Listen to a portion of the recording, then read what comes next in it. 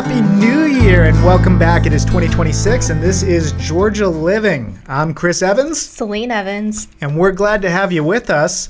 Boy, it was nice to get a little bit of a break, but I think it's even better because today the kids are back in school. Weren't they supposed to be in school yesterday? Well, by my count, yes, but there was a teacher workday, which I learned about when the school sent me a text on Sunday. So I was all excited for the kids to go back to school and get out of the house yesterday, but no. They were there. They're here. They're there now. They're gone. They're gone. And we had quite the break. We got to do everything from... We saw a Christmas show at the Strand with the three tenors and the redneck... what was it called? The three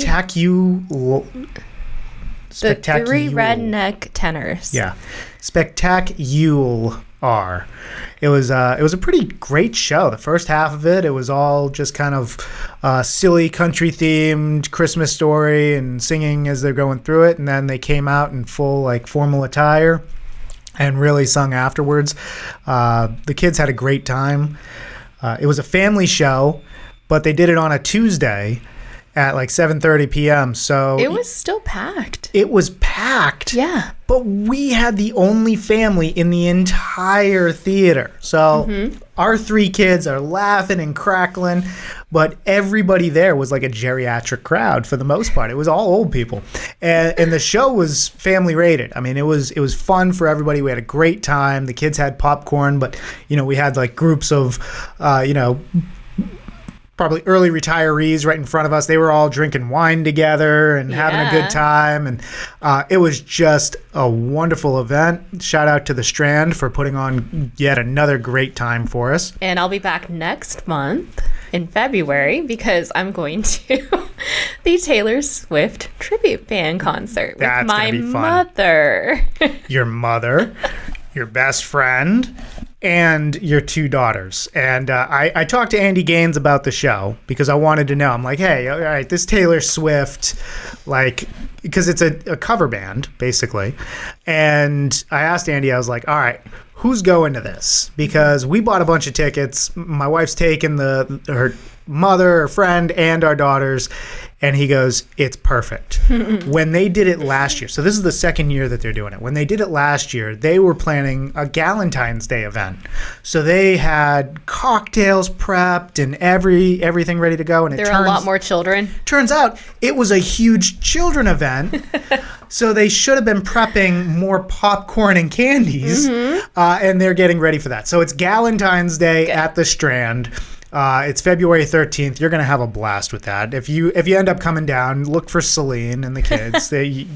I won't be there, but they'll be out having a great time. I'm going to try to be a Swiftie.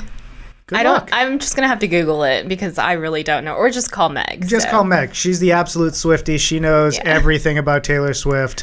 Every friend circle has to have one.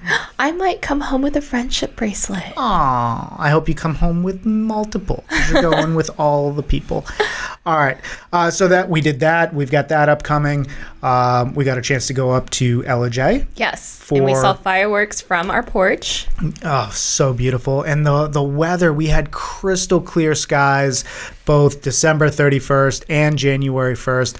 So the sunset on the 31st was beautiful. The sunrise was just as spectacular on the 1st. That was my one reason for going up there. I had to see that. The sunrise and sunset? Last sunset of the year and the first sunrise. It's something that we've been able to do for the last 5 or 6 years. We've kind of done that consistently.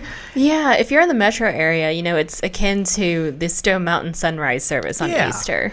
It's one of those places where we can go and just have access to that. Now, you can climb up Stone Mountain, not the steep side. Yeah. The other side. That's the back side. Yeah, there's a whole hiking path. You can get up to the top there. What else did we do? We got some more work done on the go-kart. This is the never-ending saga of the go-kart. It drives Céline nuts at this point because it won't get fixed. You take it out for one loop and it's broken again. So we realized that the motor that we originally got wasn't going to fit the frame easily without heavy modifications, so we sold that on Facebook Marketplace. We went to Harbor Freight, picked up a Predator 212 engine, got that all welded up, mounted in place. It's ready to rock. We installed the clutch yesterday, and the gear ratio was too high, and it burnt out the clutch. And I just, in case it wasn't oiled enough, I had another clutch that had the wrong sprocket, so I took that apart, pieced it together, made another working clutch, burn it out. So we're going to go the torque converter route. As soon as that is done, then we'll be able to hopefully have a working rock star go-kart, because it has power. Like, even with me, I got in it, but when it went up a hill, it burnt out the clutch. Moving on. Yeah. All right. Next. I'll take my hint. Celine's not exactly happy. So, not too thrilled about that. Anything else happening with the family we want to share about? Yeah, absolutely. So getting our garden ready for this year. Yeah. December is really a time where you get everything together. And if you have a greenhouse, that's great. You probably have it kept up since last year and seasonally, just kind of going on with it.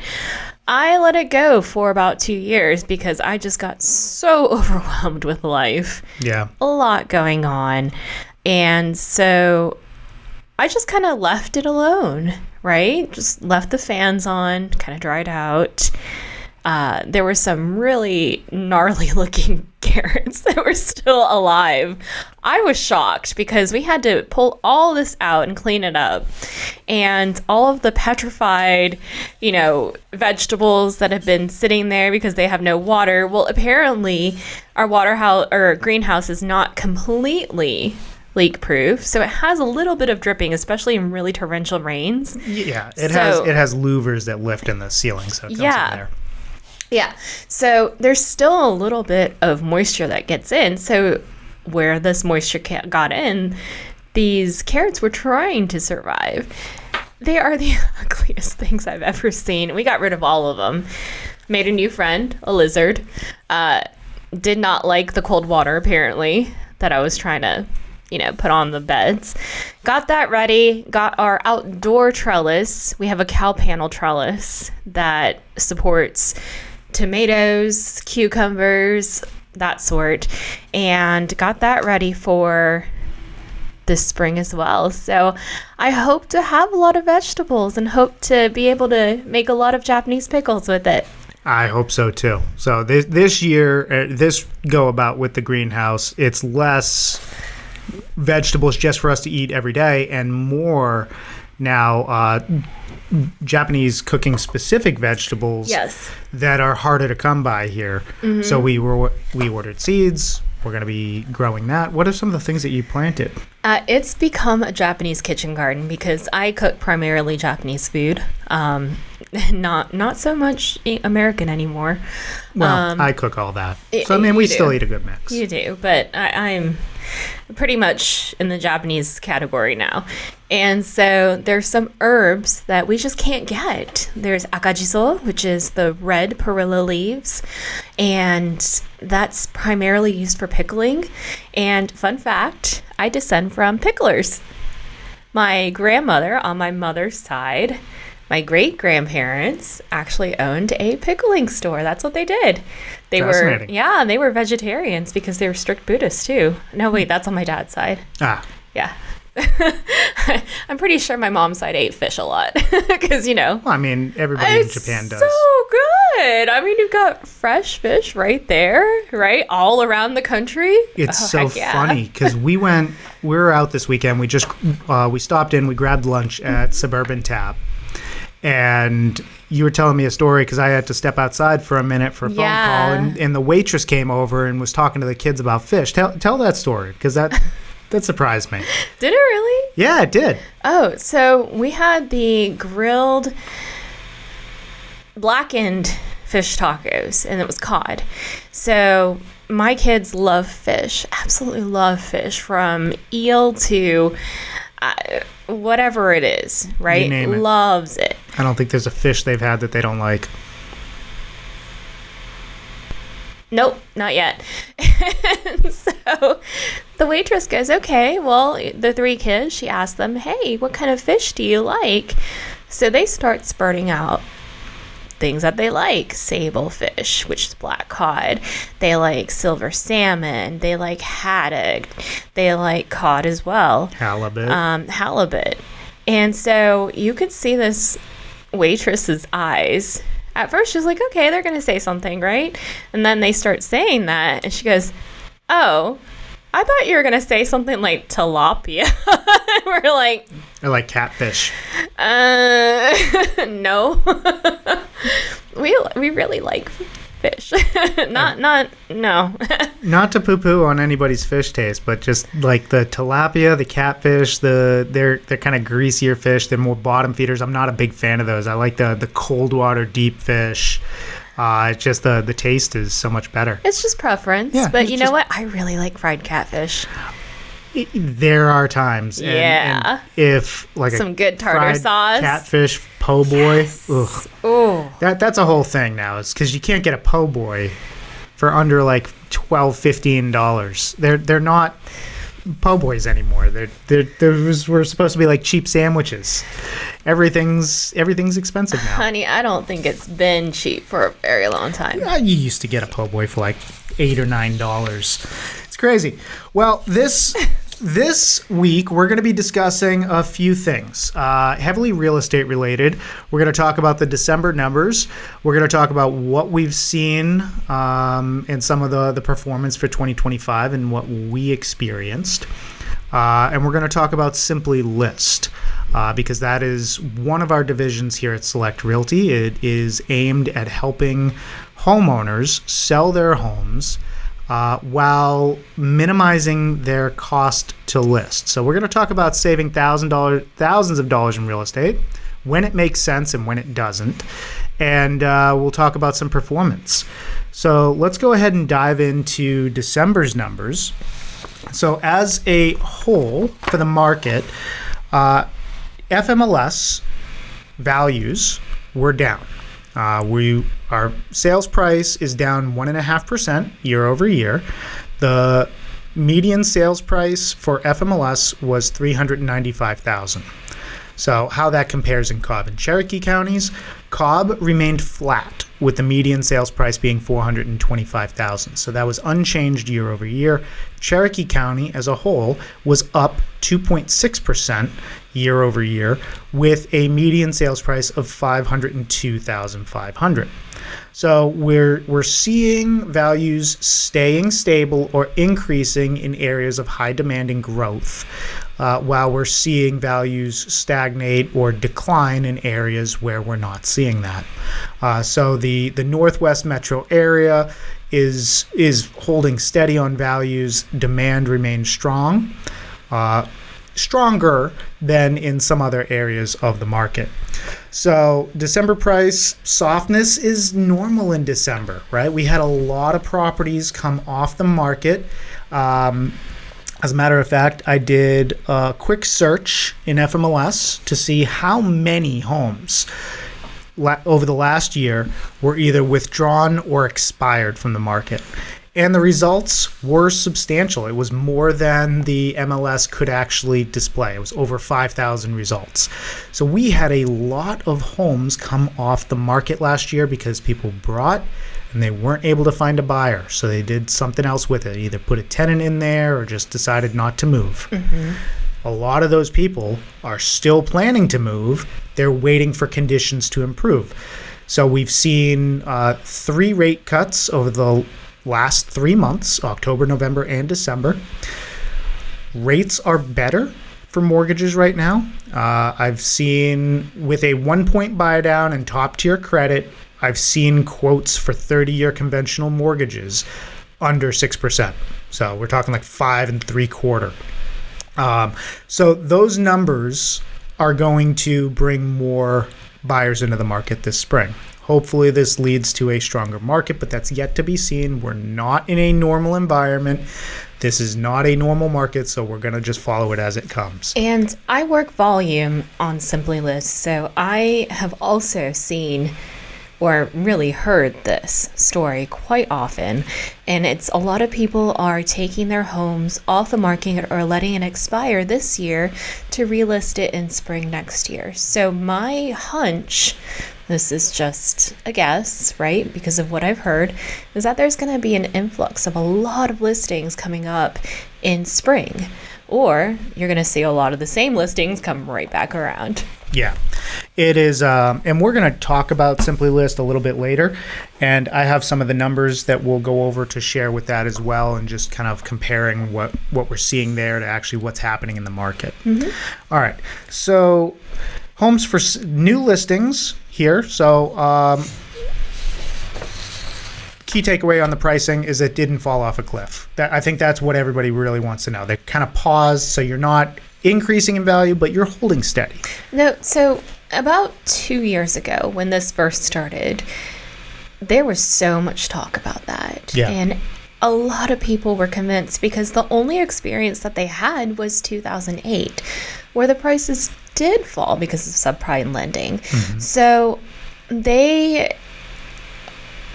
I was really getting this from people who really only paid attention when it made headlines. Yeah. They didn't follow it every day like we do. And so we kept telling them we don't see the inventory for a crash. We just don't. And that has held true over the past 2.5, 3 years to where we are right now, to where the prices are staying steady. Mm-hmm. They're not increasing. They're not really decreasing like '08. And I remember our first purchase, which our book goes through from the ground up. You can get it on Amazon. It talks about our first home and how '08 affected it, and the value that went right back down.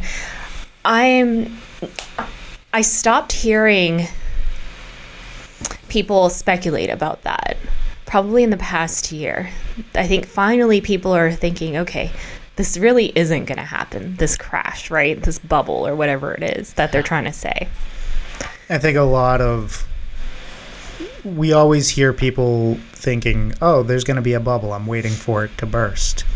And that came out of the 2008 global financial crisis. Yeah. Now, when that happened, there was a systematic failure.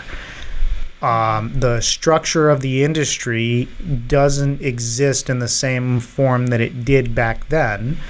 And I think what a lot of people missed was the opportunities in real estate that existed basically from 2014 to 2022 was the bubble opportunity. It was the low interest rate environment that allowed people to have access to that capital, buy homes, and to have that appreciation in the rebound post-crisis that helped fuel additional purchases. So unfortunately, it created a lock-in effect. It has now, yeah, which puts real estate back into a different type of market. The real estate market today is more stable in valuation. So we're going back to historic norms where, if you're buying a house, you should plan for 5 years in that house, because through the big run up 2014 to 2022,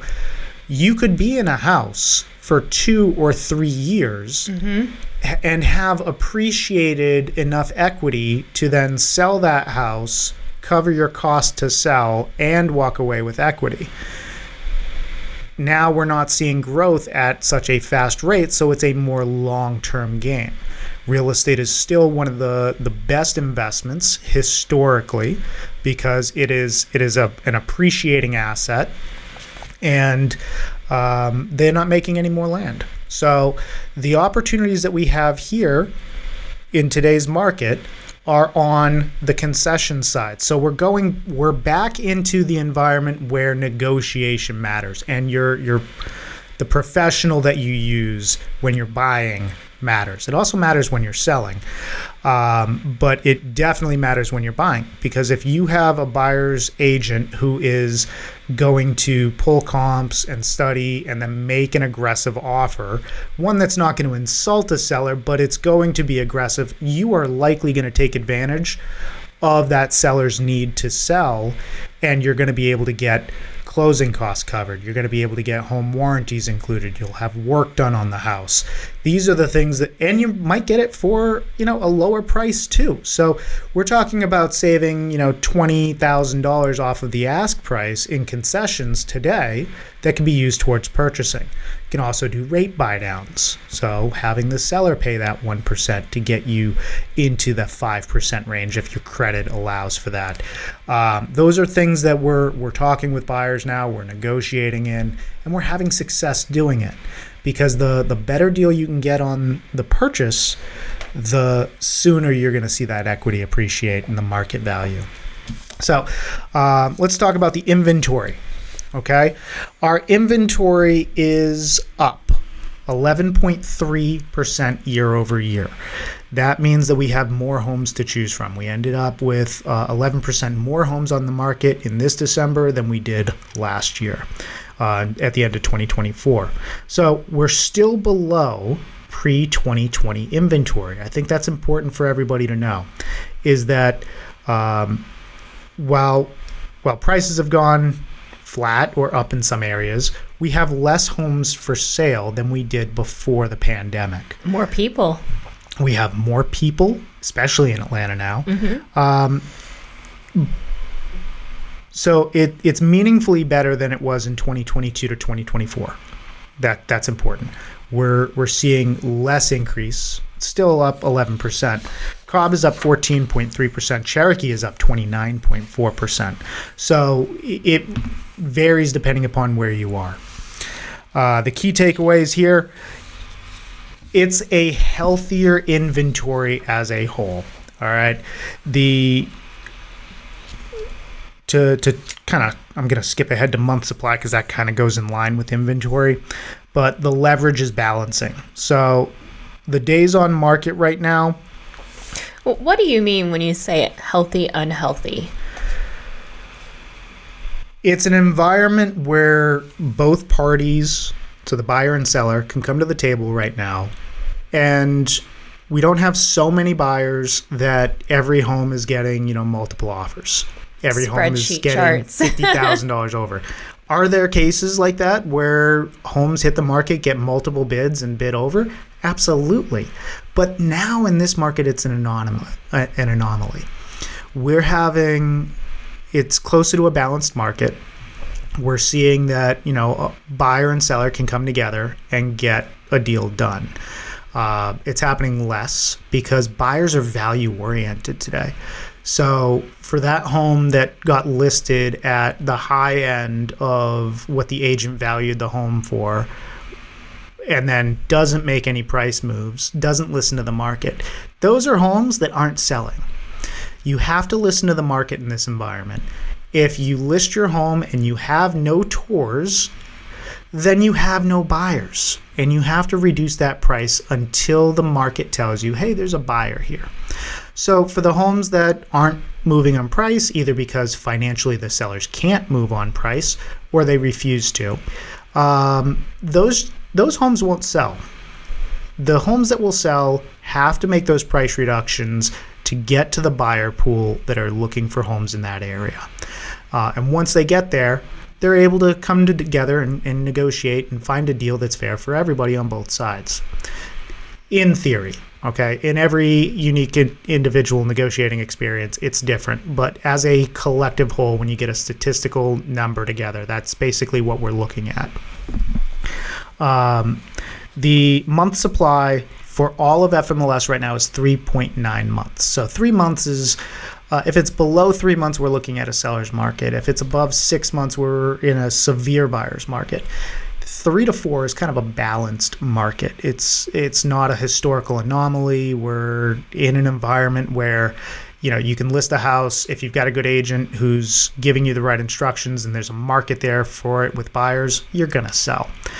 The days on market is longer. So for all of FMLS, the cumulative average of days on market is 73.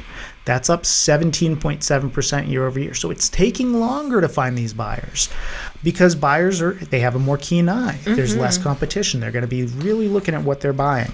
Yeah. Cobb County compares at 16.1% increase at 65 days, and Cherokee is at 68. So both counties in the Northwest area are outperforming the metro.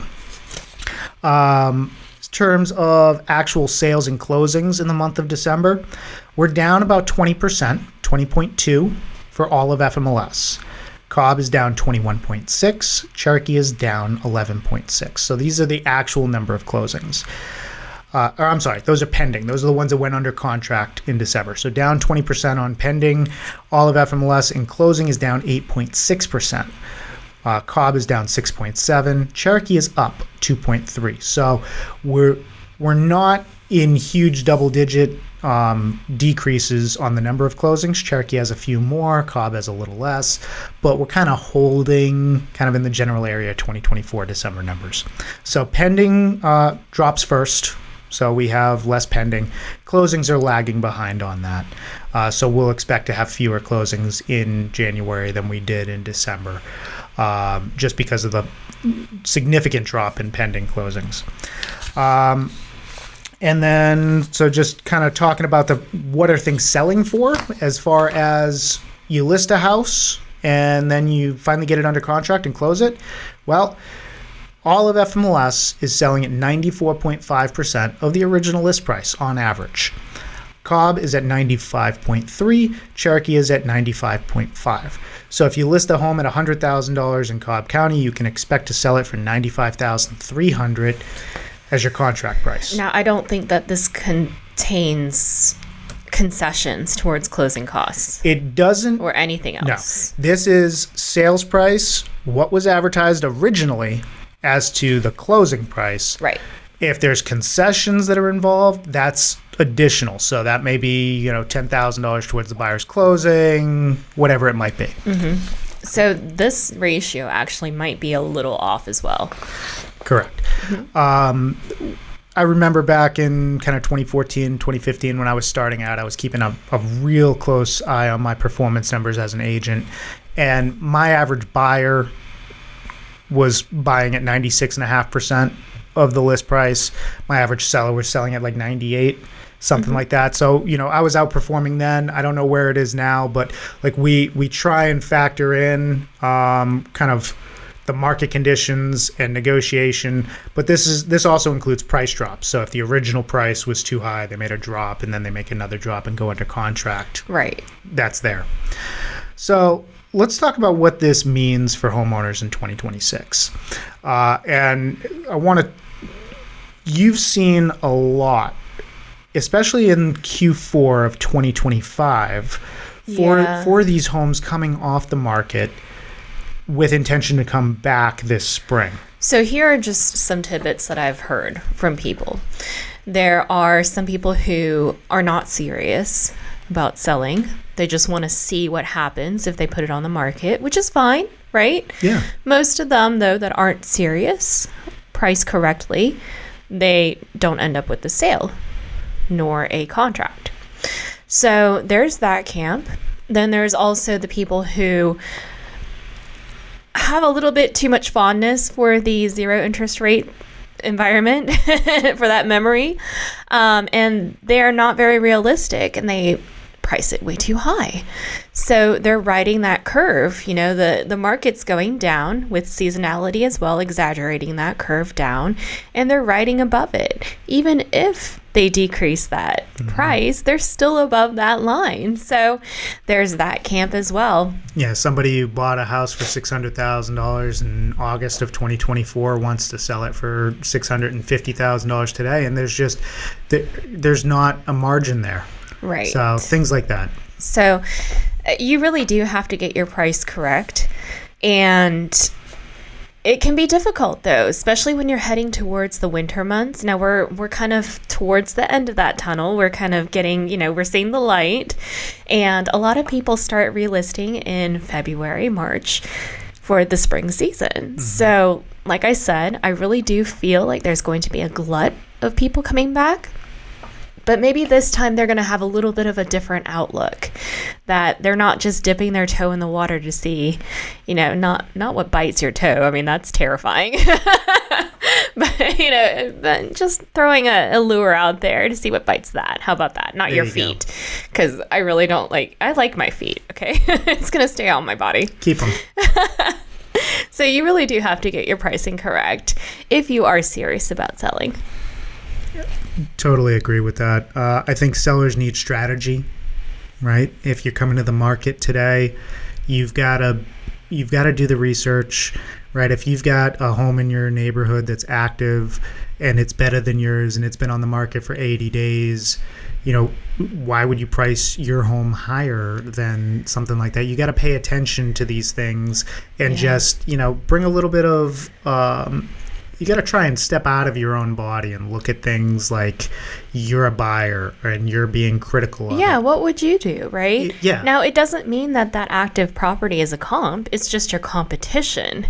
Two different things. Mm-hmm. A comp is used for appraisals and initial price setting, but you still have to see what else is in that pond with you.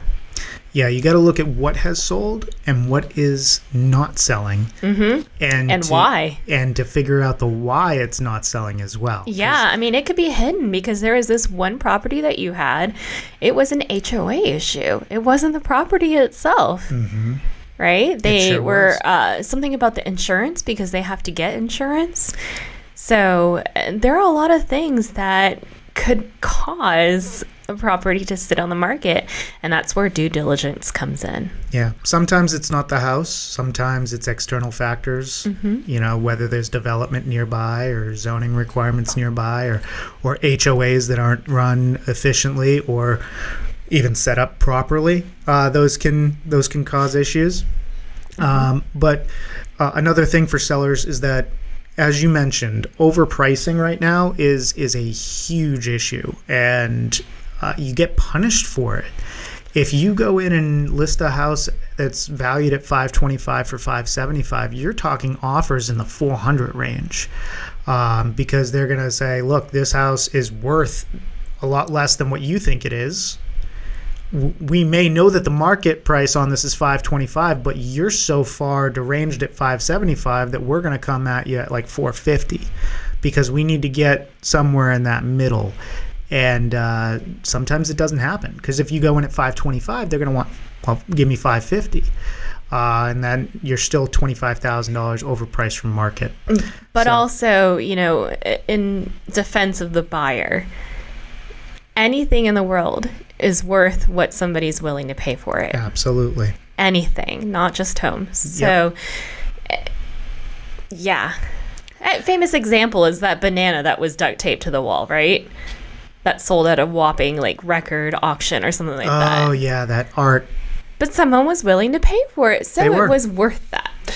And when it comes to real estate, we have a lot of comps. There's a lot of different value options that homes can present, whether that's the school district or location or privacy. I mean, there's... Oh, there's even stigmatized, too. Yeah, well, you could talk about homes that have had deaths or issues with it. Fun fact, if you're a buyer, a listing agent is required to tell you if there's been a death in the home, only if you ask in the state of Georgia. So if you want to know if there's been a death in the home, you have to ask that. It doesn't get disclosed. They might not know. They might not. But if they do, yes. So it's just about being strategic for this year. You mentioned that we're going to have probably a big clump of properties coming back on the market. That's my hunch. Now, this is just speculation because of all the stories that I've heard. So it doesn't mean that it's actually going to happen. But I've had quite a few conversations with that. So let's see what happens. It's enough conversations to get a general idea of what people are feeling. Yes. Let's talk about Simply List. What is Simply List, honey? Simply List is a non-traditional real estate brokerage with options for home sellers and buyers, really. But it is So in Georgia, you have different types of representation. The most common one, you think of full client representation. This is where the agent is hired by the buyer, and they go out and they tour properties. From start to finish, you're with one agent, right? Selling properties, same way. You stick with one agent, and then you do the whole way through. They do open houses if there's a need for it. In everything. the full service, they're coming to you, the listing agent. Yes. So they're going to come, they're going to get all the information of the property, they're going to coordinate the photos, they're going to do all of that legwork. Everything. And then when an offer comes in, they're going to help you negotiate that offer and guide you through the process all the way up to the closing table. Correct. So really, it's full service client representation. Now, there are other types of representation that we have to learn when we're applying for our license, right? In the school that we go through. And those are the non-traditional representations. Customer relationship, non-exclusive, transaction broker. And Correct. that's what Simply List is a transaction broker. Correct. So if we had to put a name to it, and there is a name to it, it is transaction brokerage. So there are two types of transaction brokerage services that we provide.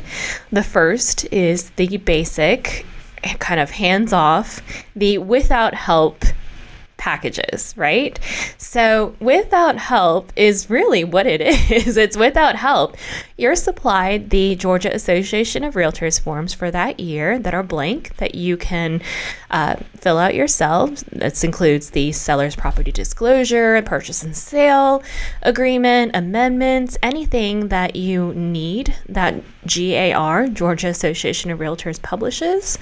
We can provide that to you. If it's not on our digital library that's available to you for 24 hours a day with a password that we give you, then I will send you that very rarely used form. The most commonly used forms are all in the library. Yes, 24/7, so you have nothing to worry about. And this is a without help service. So I can only do ministerial acts because I represent you as a customer, not a client. So legally, I can't advise you on anything. I can't tell you what to put on an amendment like a full service agent would. So the difference between a customer and a client, and the customer is the without help, you're on your own. We can provide factual information, but we cannot share our professional opinion. So if you have a question about strategy or, how does my home compare to this home or things like that, we can't help there. We can refer you to an attorney who you can obtain assistance with, but there might be an hourly fee depending upon that attorney structure.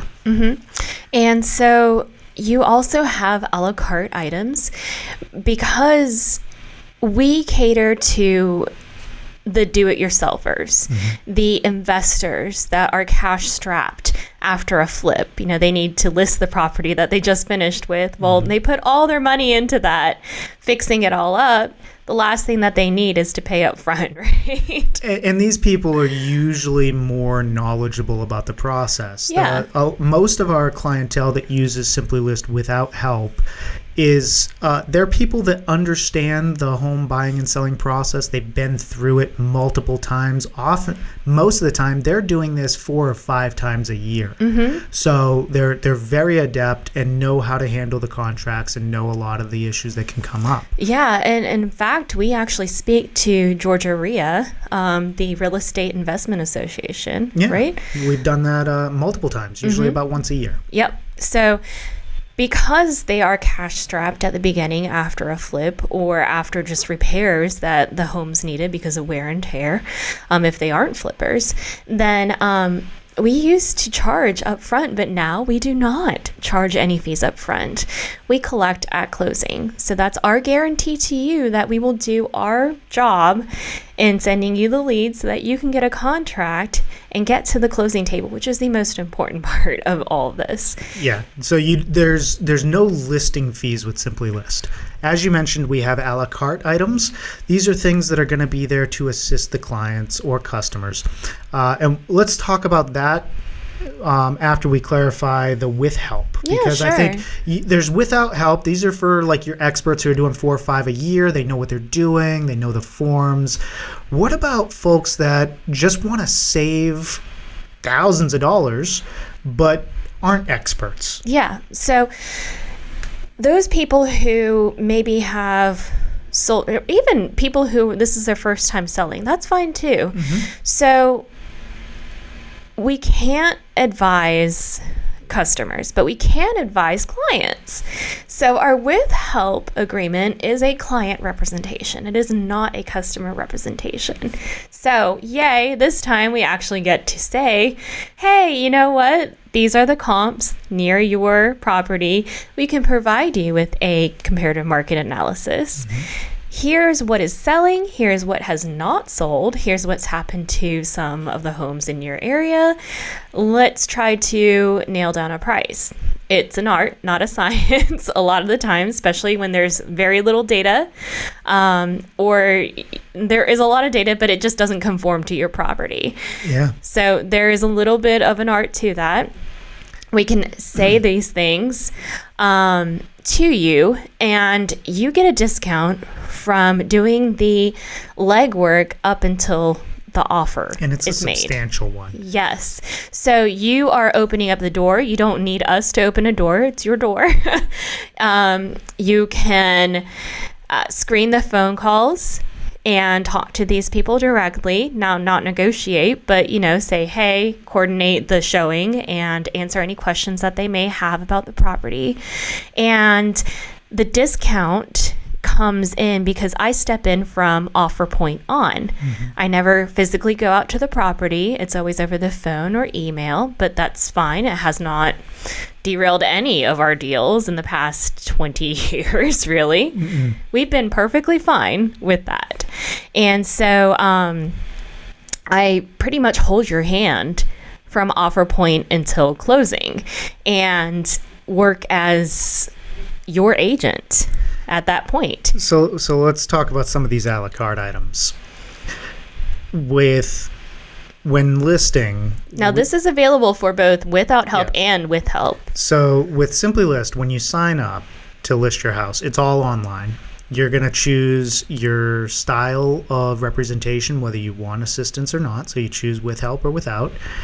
And then you'll put in the type of property, and then it gives you the option to do some add-ons. Now, the add-ons are really where you can make your Simply List listing almost the exact same thing as a full service listing. Yeah, because we list on the MLSs where your full service listing is going to list. Exactly.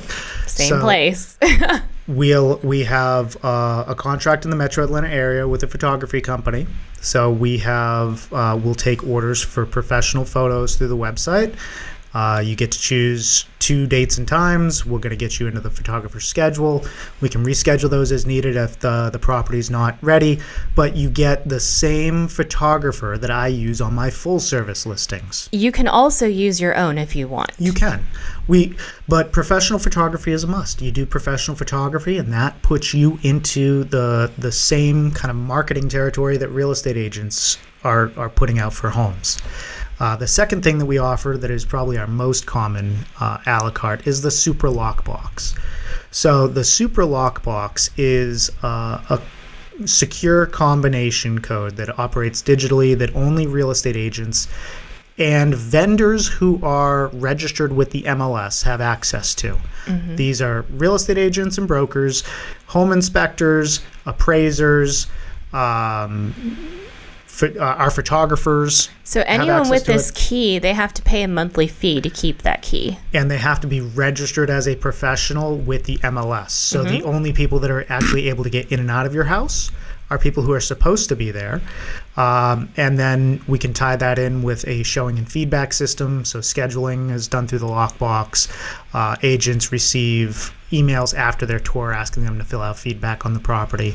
And those go directly to the seller. Now, one bonus with the Supra, though, is that if anything's missing, a door is left open, something is damaged, you can kind of narrow it down to who it was. Because it leaves an electronic timestamp of the agent's key, the time that they were there, all their contact information, and their brokerage information. So if we can't reach the agent directly, we can go to their broker and charge. And that is something that we has come up. Like, we've had agents who have left lights on, or we've had agents who have taken a key from the lockbox and forgot to put it back. And the next tour gets there and like, I don't have the key. We're able to call the last agent and say, look, get your butt over there. We've got a tour now. We need that key has to be returned. So that happens. And with those two things, and there's other add-ons, like we do coming soon listings. We do signs are really important. Signs are huge, and we made a big upgrade to our signs last year. Yes. Our signs are now manufactured through the same company that does our full service signage. So that was something that we did with Simply List in 2025. The ordering time is a little bit longer now. It's about 7 business days from start to finish before you get your sign. Because we get the orders, we turn them in, we get a proof the next day, we approve the proof. Then it goes into production, which is 2 or 3 business days. Then usually it ships out on that 4th business day after, and it's delivered the next day. In Metro Atlanta, it's like a 1-day delivery with UPS. So a common question that I get is what information is going to be on that sign? There are regulations for real estate signs that we have to abide by. So yes, you can put your information. It's very clearly on there, and it says call owner on there. With your phone number. But the size and the placement and the information that is the rest of the information on there is to specifications so that you are compliant with Georgia real estate laws. The Georgia Real Estate Commission requires that signage has to have the agent's contact information or the brokerage contact information. We put the owner's contact information in that place for agent, and then the brokerage information has to be there, so it's a Simply List, and it has the phone number to the office, which is a requirement for the Georgia Real Estate Commission. All of the text size is compliant, so this way when it goes up, 1, it's a fantastic looking sign. 2, you now have the option to choose from a sign that just goes in the ground that has the stake built in, or you can order a hanging signpost, which is a new addition for some of our higher priced homes that opt for that. And rest assured, they're compliant signs. And, if you have a land lot that has no home on it, sure, use the cheaper sign, stick it on there, call it a day, right? If you have a home that, even lesser homes fine too. That just needs a little oomph. You want to give it a little bit more curb appeal. Then we've got the hanging signposts. It ships in two orders. They're delivered on the same day. One is the post and one is the sign. And so they're you very have a choice. easy to assemble. You just put for the one-piece signs, you just stick them straight in the ground.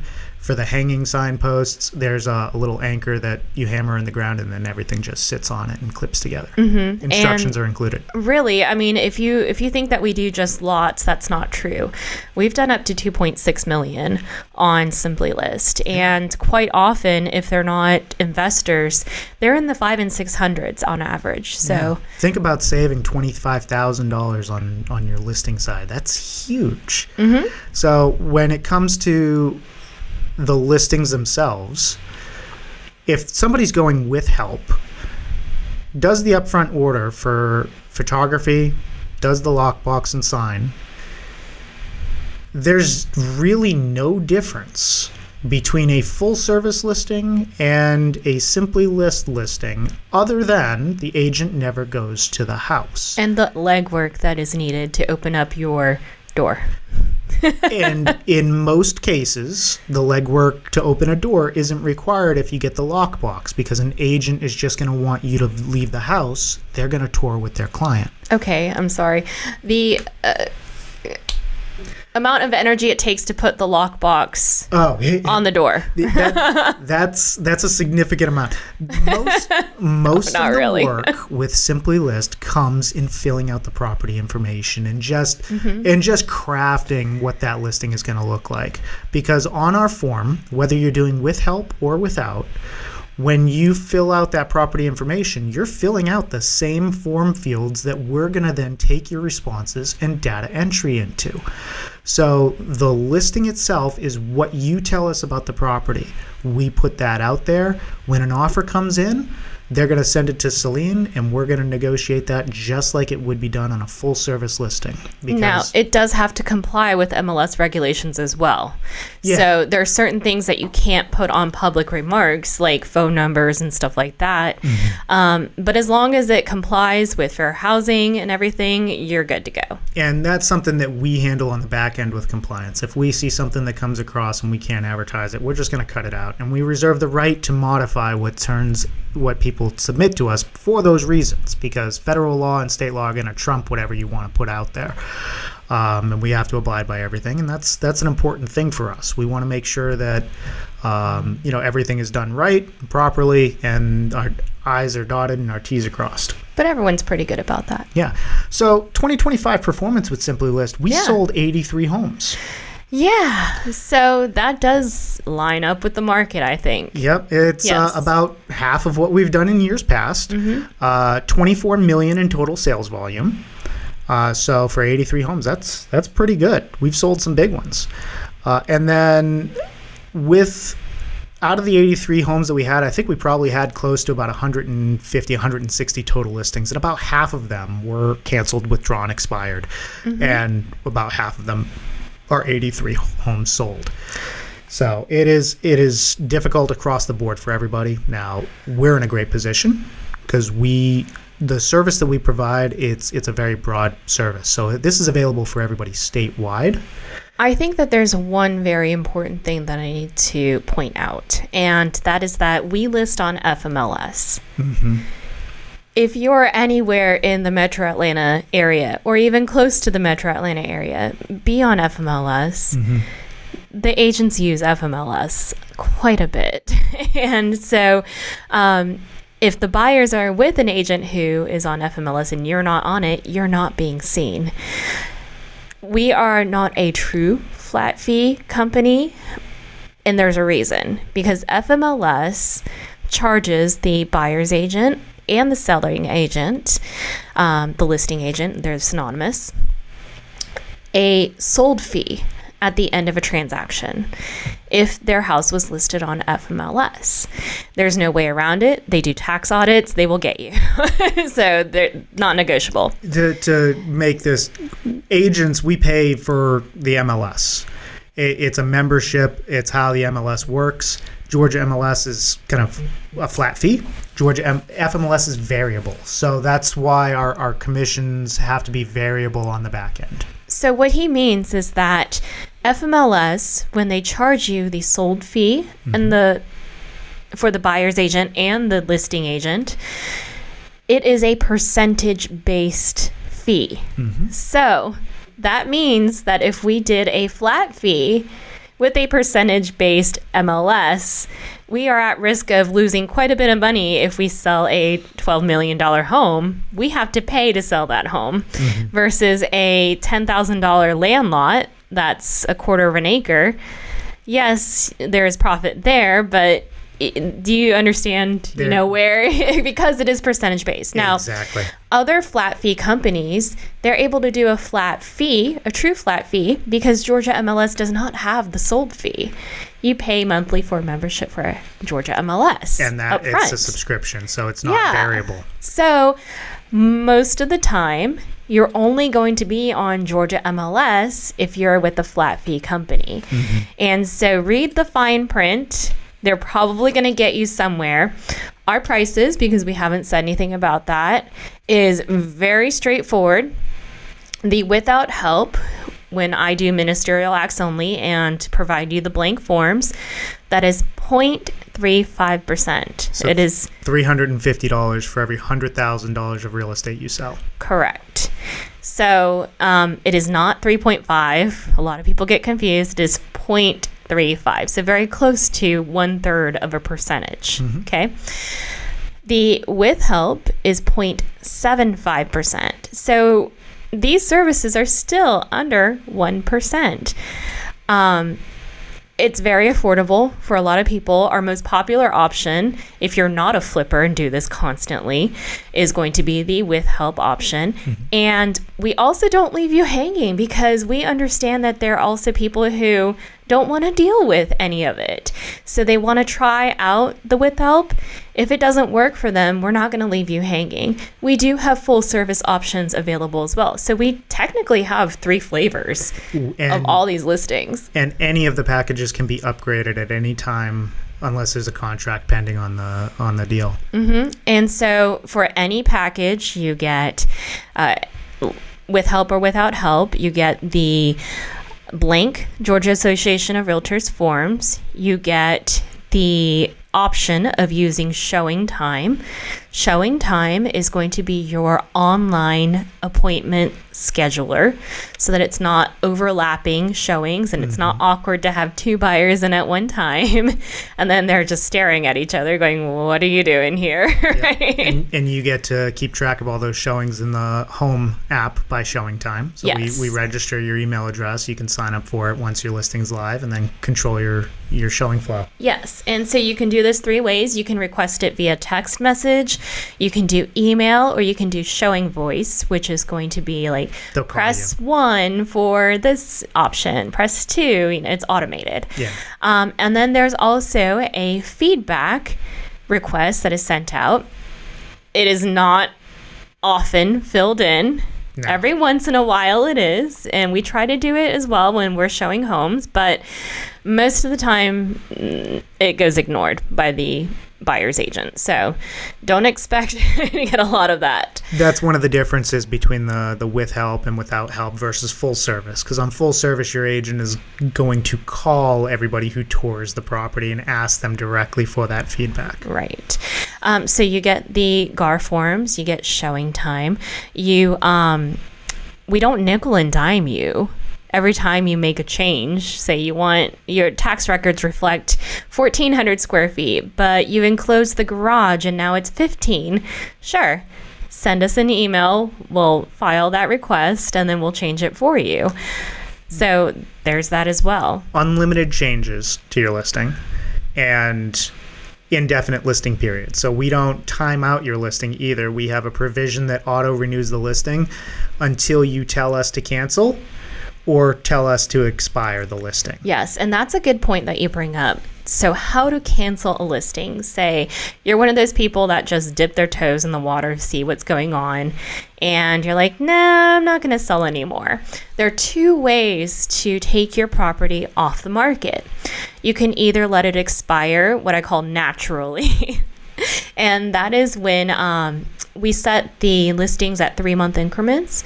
We can let it expire on that increment where it is. You can't backtrack. Yeah, so say you list it January 1, it's going to expire at the end of March.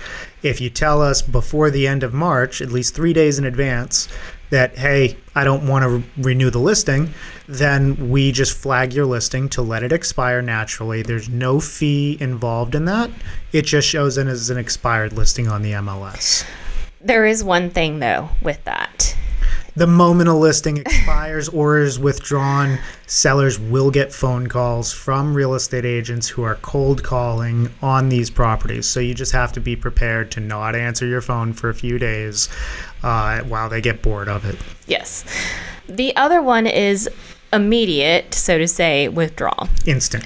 Instant. Yeah. So that's $75. It's $25 for our time to put all that information into the system and take it right back down without a sale.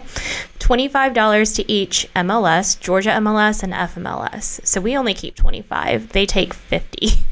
And so that is processed within about 3 business days. And we send in a piece of paper that is signed and filled out, and that's within 1 business day to the MLS. And they take that piece of paper and by hand withdraw it on that end. So you're going to have a difference of either expired, free, or withdrawn for $75. Withdrawn still does get some phone calls, but not as much as an expired. Because it's telling the agents that you purposefully took the property off the market and you're not selling. This is personal preference. If you can, stand the phone calls, sure. go ahead and let it expire, but your circumstances may need to take it off a little bit sooner. $75. We have no way around the $25 that we have to pay the MLS. There's no way around that. But that way, and it's very easy to do. So on the Simply List website, there's a link to modify your listing, and there's an add change link as well. You can click on those.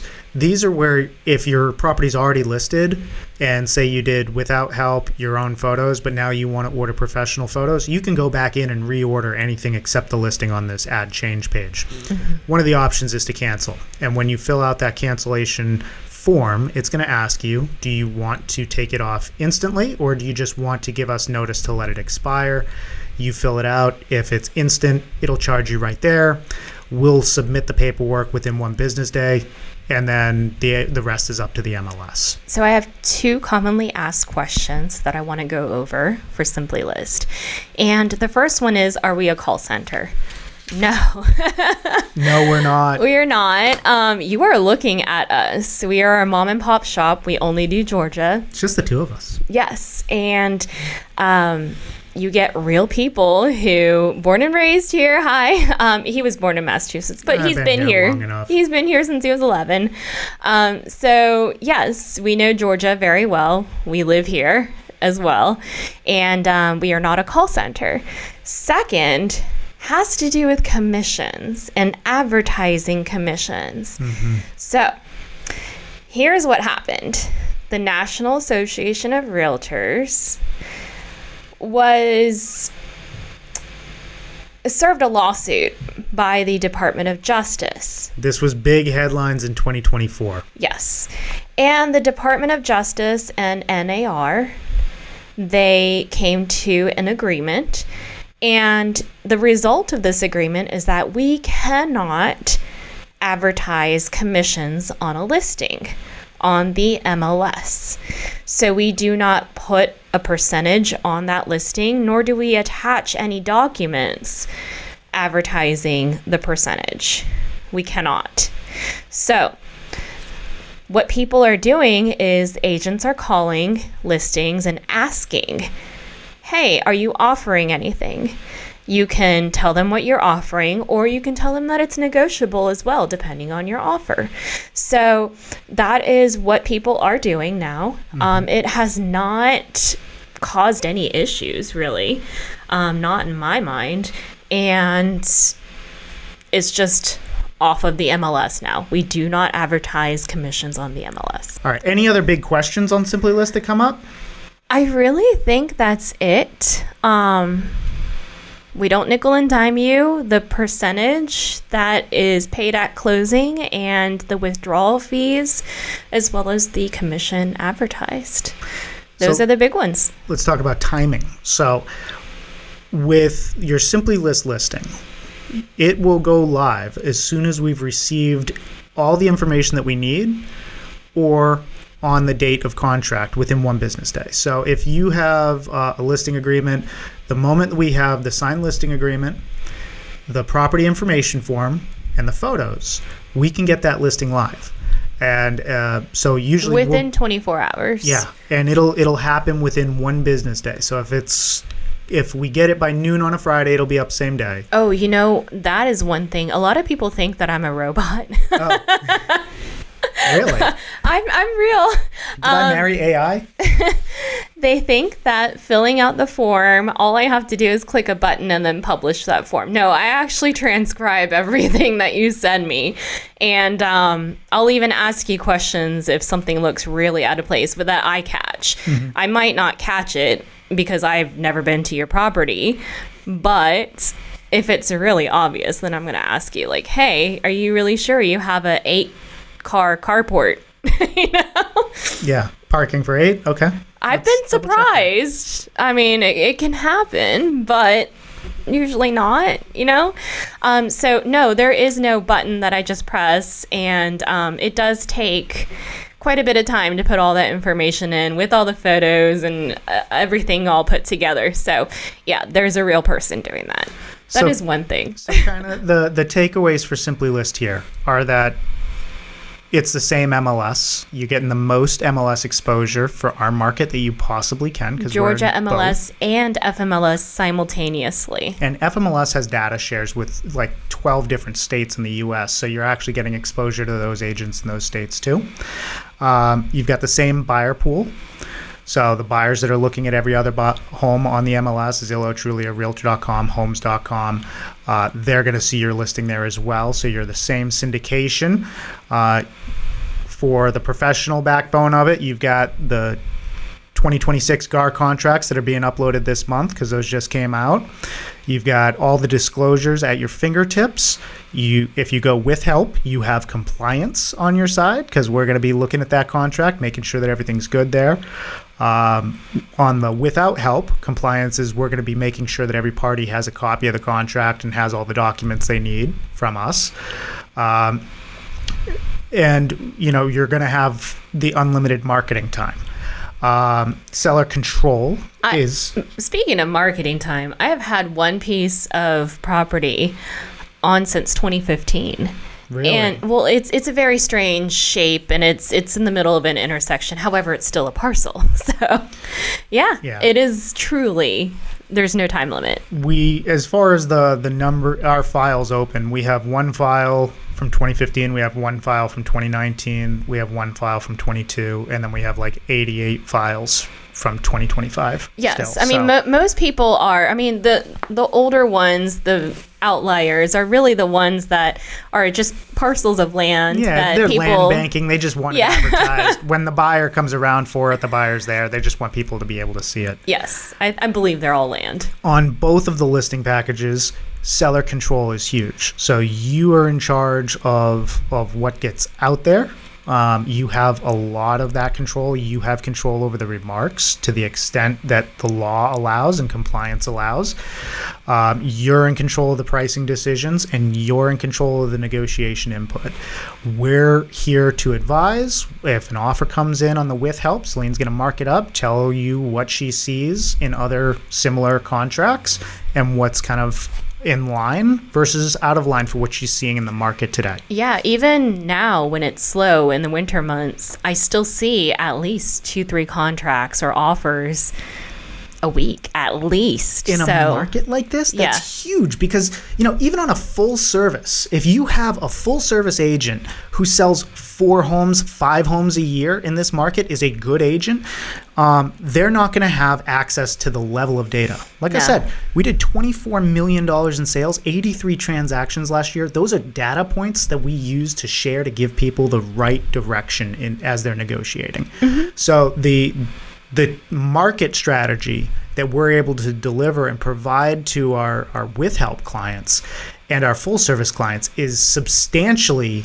larger data sets than what your average full-time agent is going to have access to. Right. So say nobody is replacing all the windows if they aren't broken or not functional. Those are trends, right? Yeah. Like if everybody is replacing windows, that's fine, but they aren't. So if I represent the seller, I should be like, you don't need to spend $30,000 to replace the windows because they just want new windows. They're functional. They're okay. The seal breaks sometimes, but it's not rotting. It's not falling apart. It's still a window. So, but that could change tomorrow. Everyone could start saying, hey, we all want different windows. Right now they aren't. But that's an example of real-time stuff that I can see as well. Exactly. Or even the amount of concessions depending on the list price. And then the final and most important thing with Simply List is the cost savings, because you're going to be able to save thousands on that listing side. Again, even if you go 0.75, which is the with help, you're saving anywhere from 1.5%, 1.75% all the way up to 2.25%, depending upon what that full service agent would charge you on the full service side. There is still the buyer side commission that's not included in this. That is usually negotiable now. So that's just going to be part of contract negotiations. I think we should talk about us last.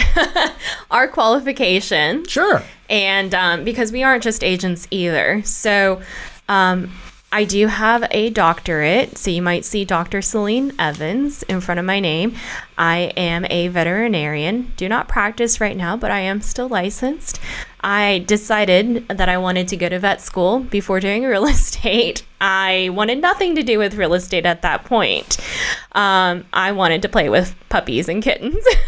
To be fair, that's because you grew up in real estate. I know. It is because my parents were the founders of this company, and being a rebellious teenager, I didn't want anything to do with what they talked about constantly at the dinner table growing up. However, my husband got sucked into it by my dad, and I found myself being surrounded again by real estate, because then he would join in the conversation. Had our first child, and during that break, I decided that I wanted to spend more time with our family, and because we had 3 total, it's been a really nice blessing. I think they get to spend so much more time with me. I do miss vet med, but the thing is that with veterinary medicine, whether you are trying to be an advocate for your patient and say this and this treatment is necessary, or really we should go this, while also listening to the owner and their constraints and their thoughts as well, it's not that much different than any other type of business. And so I decided to go into real estate and apply all of that towards negotiations as well. So I have my associate broker's license as well. We are both brokers. You have a salesperson's license, and then you have above that, which is a broker's license. And we are both co-owners of Select Realty as well as Simply List. But I do head Simply List, and he helps me. And my background is in finance. So I have a BBA in finance from UGA. I was a financial advisor after graduation. I had interned with Merrill Lynch during the crash. That was fun. They all blamed the interns. Got my Series 7 and 66. I could trade anything on Wall Street except for commodities. Those are the broadest and most advanced licenses that you could have, full spectrum stockbroker. And realized quickly that folks that had money during the crash weren't going to give it to a 23-year-old. While I was working on that, your dad encouraged me to get my real estate license. So after kind of getting soured in the financial advisory industry, I started in real estate and did about $24 million in sales in my first 4 years. Your first year was in 08 and 09, though. So to be fair, that was a really tough market. Yeah, I interned in 08 and graduated in 09 and had my licenses within 3 months of graduation. But like we said, we're both brokers. We are a mom and pop shop. We've been together since high school and have 3 children together. And if you call us, we're who you're going to get. Yeah, you're going to work directly with us. If it's a website or anything related to that, you're going to be talking to me. Or if it's a broker, like legality question, you'll be talking to me. As we have the same license, but my role is as principal broker. So I'm in charge of every compliance, everything that's done in the company, both for Simply List and for Select Realty and TOA Commercial, where we have about 55 agents across all of our companies. And I think it's very interesting being second generation real estate company owners, because we've seen everything from really my parents have been licensed since 1970. I want to say my dad has, and there were a lot more cycles than 08 crash before that too. The 90s were hairy, and so we've heard a lot of stories about Georgia real estate in particular and the ups and downs of all of it. Yep. And one of the benefits of working with us is that I started in 2010. Céline was with me and saw everything that happened during that market. And your average real estate agent has been in the industry for less than 5 years, meaning, if you go out and just find a real estate agent, chances are they started in like 2018, 2019, 2020, when things were really good and might not be up to the task of navigating these harder markets and these harder negotiations. Yeah, for example, in 08, there were a lot of short sales. he knows how to do short sales. I don't think a lot of people do.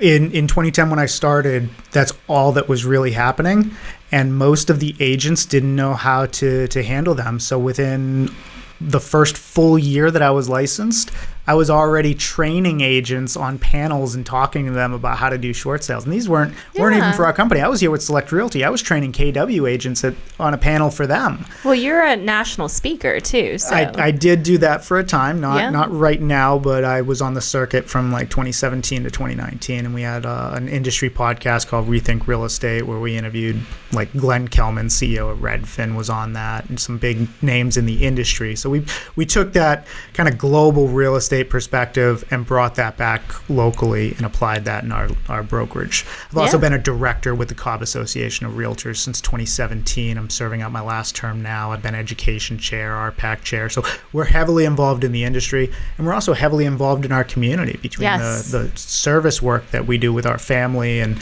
Kiwanis and DAR. I mean, and the schools. They're in local schools as well. Oh my gosh. So yeah, we're heavily involved where we are. We believe in community. We believe in getting together and doing great works to improve where we live and where our clients live. And our connections with people like our commissioners. We do make sure that, you're in Kiwanis here. Mm-hmm. So there are a lot of people. You've got some judges for Cobb that are in it. There are. So there are definitely a lot of opportunities that we take advantage of in getting to know our community. Yeah, I mean, I completed the Cobb 101 Citizens Government Academy last year just so that I can get in, learn how it works, and know people at different departments. So if we have builders, if we have, homeowners that need zoning changes, call me. You even know how sewage is processed now. I do. You go back and listen to our show from a few weeks ago after there was that sewage overflow that went into the hooch, and you talk about that, and just it explains how that works. So if you want, you can go back and listen. Yeah. Well, I think we've covered a lot of real estate on this episode. We try and keep this lighthearted and fun. This is our profession. We want you to know and be informed as you're going through the year, and we hope that something like Simply List is gonna fill a need here in our community for all of our listeners. And we hope that if you're thinking about using Simply List, this show and this episode helps you make that decision, and we look forward to serving you. Thanks again. So our contact, we are located in East Cobb. It's kind of, if you want major roads, it is Johnson Ferry and Roswell intersection. I could throw a stone to it. We can see the Target entrance from us, the back entrance. Mm-hmm. We are 4180 Providence Road, number 200, the entire building. And our phone number is 770-509-0265. If you want to talk to Chris, it's broker at Select Realty, SELLECT Realty. And my email is transactionbroker@simplylistatlanta.com. So the big things here is if you want Simply List, the website, simplylistatlanta.com. We started this in 2017 or 18 with that domain. We spun it off. We've been doing Simply List style listings since 2007 when our company opened. But we created that name, and then since then there's been several others that have made names similar to us. So if you want the original, it's simplylistatlanta.com. We've been doing this since 2007. We've sold billions of real estate through Simply List. We're happy to help you, and we hope that it'll be a valuable service. As always, we appreciate you for tuning in and watching and listening on your favorite podcast platform. Please leave us a review and subscribe so you never miss the information. We're going to have probably some more up-to-date real estate stats coming later in the month and into February as we kind of dive into the spring selling season. So we'll keep you updated as to what we're seeing. All right. It's been a pleasure. Thanks, y'all. We'll see you next week. Bye.